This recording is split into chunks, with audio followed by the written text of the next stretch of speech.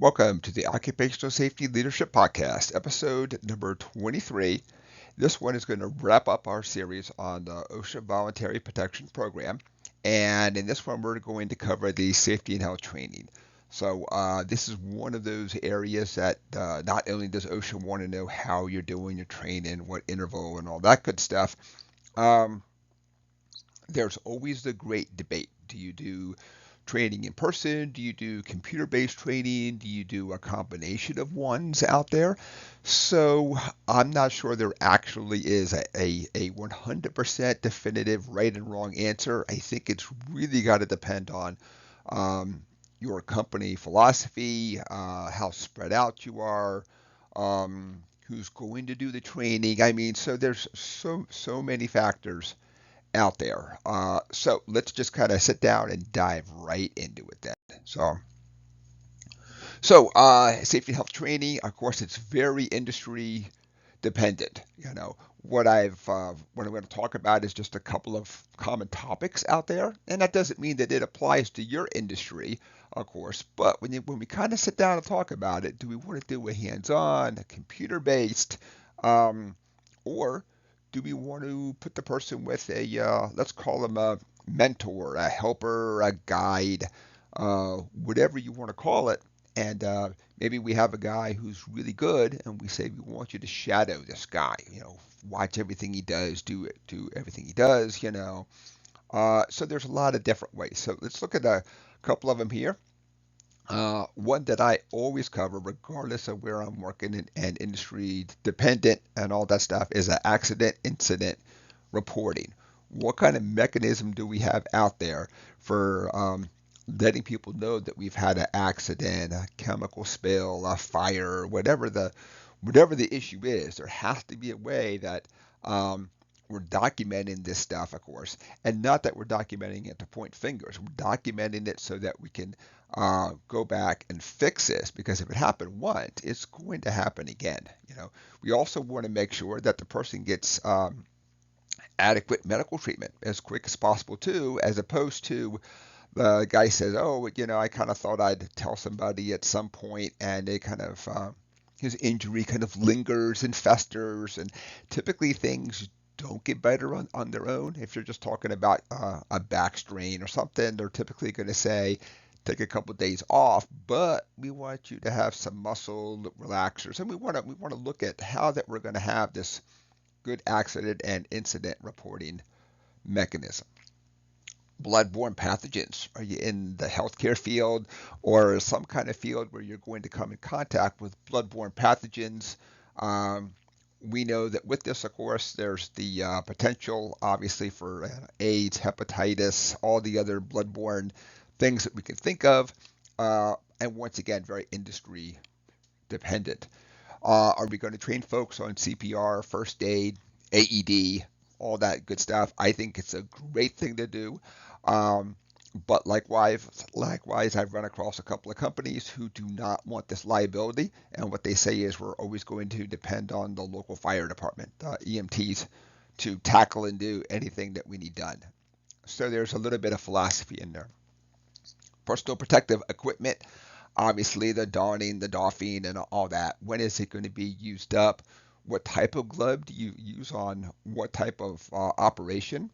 I know that I can retire with a lot of money as soon as I come up with a glove that's going to work for every application out there, because a leather glove won't work for chemicals. Typically, a chemical glove doesn't have cut protection. So, what do you use for which operation then? Hazard communication. I want folks to know exactly what they're working with, and not just that, but how do you get a copy of the SDS? Um, Gone to a couple of places, and they've said, "Oh, we get on the computer-based system, and all that," and that's great and that's awesome. What happens if the computer-based system is down, or you have to call out to some kind of a local corporate page and the internet is down and you can't? So even today, I still keep. It sounds really old-fashioned, but the old-fashioned SDS book to make sure that we're set and ready to go and all that stuff then. So I just don't have the total confidence that I'm never going to have a break in connectivity power issues. People get into a panicked situation. They can't remember a password. Just those types of, but again, depends on what your culture is and what your company philosophy is. Fire prevention plans, site evacuation plans. I mean, so where's the head count area? So I like to physically walk the person to the head count area, but I also know that there's times where I have multiple sites to tackle. It's going to have to be the supervisor's job. So it's always hard to sit down and truly understand exactly how good a bunch of this training really is out there. So look at a couple of other topics. Logout, um, lockout, tagout. You have your permit required confined spaces, machine guarding, welding. I know it sounds funny to have a class on welding, but we're going to talk about the safety aspects. We want to make sure people are not breathing in any of the fumes, and not just the welder, but what do you do with the other fumes out there? We want to put up curtains because not everybody's going to have the glasses on as they go by, and all that good stuff. Respiratory protection. So in an ideal world, we never have to do this because we've engineered out all of the hazards of the workplace from a breathing aspect, taking it in from chemicals. But there may be times where you have to do a respiratory protection program. Hearing conservation. Um, I'd like to never do this, and I've done a good job in a lot of my places. And of course, I can't say me, so I take that whole thing back. The company has done a good job in supporting us to make sure that we never do hearing conservation, but you may be in a place where you have to. And not just that, but then you have to describe the steps of like that and your respiratory protection and all that kind of just to make sure that you're doing it, everything. You're just not giving somebody a respirator and saying, well, wink, wink, they only have to wear it 2 times a year for half an hour. So we're going to skip all the other things. We're really not going to worry about it. They just need to know that you put this on and then you're good. Let's go on to the next slide here. This is where we kind of get into a little bit of the debate out there. Do you do a computer-based system or do you do something in person? Do you do a combination of things? So I'm not going to tell you that either one is better. You just have to figure out what works for you and your system. The one thing I always do, at least as a hands-on, for certain things like compressed gases out there, can you change a gas bottle? Can you do these steps? Lockout, tagout. Can you do it as opposed to, yeah, I've been trained on lockout, tagout, but I really don't understand how to go back and isolate the power and isolate different valves and levers and all that good stuff. Hazard communication, we talked a little bit about that. How do you find a SDS sheet and how do you find that first aid info? So, and then as far as giving the safety and health training, the debate is still, do you just do a lecture? Do you literally just sit down and talk to the person for 2 or 3 hours? Or do you do a walking and talking tour?